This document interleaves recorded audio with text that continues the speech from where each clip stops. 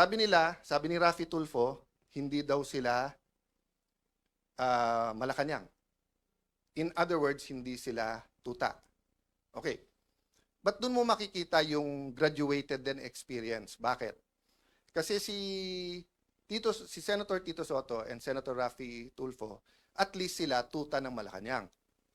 Pero si Erwin Tulfo, tuta lang ni Lacson. Hindi siya tuta ng Malacanang. 'Di ba? Kasi nga may hawak sa kanya si Senator Lacson na alam sa kanya. Ito ang bagong tirada ngayon ni Senador Alan Cayetano laban nga kina Senate President Pro Tempore Tito Soto at maging kay Senador Raffy Tulfo.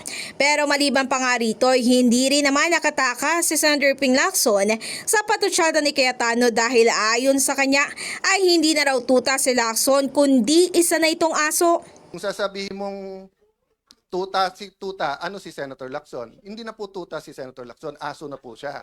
Matapos namang marinig ni Lacson na mga banat na ito, ay napasabi na lang siya na naaawa na raw talaga siya rito.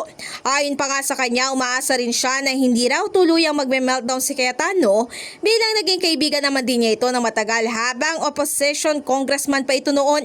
Dagdag pa nga niya, inadapt at inalagaan niya din ito noong 2007 kung saan una itong tumakbo sa midterm senatorial election. Sa kabilang banda, ayon naman kay Soto, panahon na raw para hindi napatulan pa ang mala telenovela nitong ingay na wala namang mararating.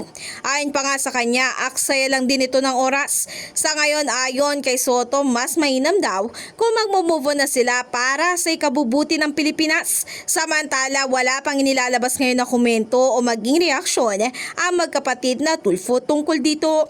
In the heart of changing lives, ako si Brigada Ann Cortas ng 105.1 Brigada News FM Manila, the Music News Authority.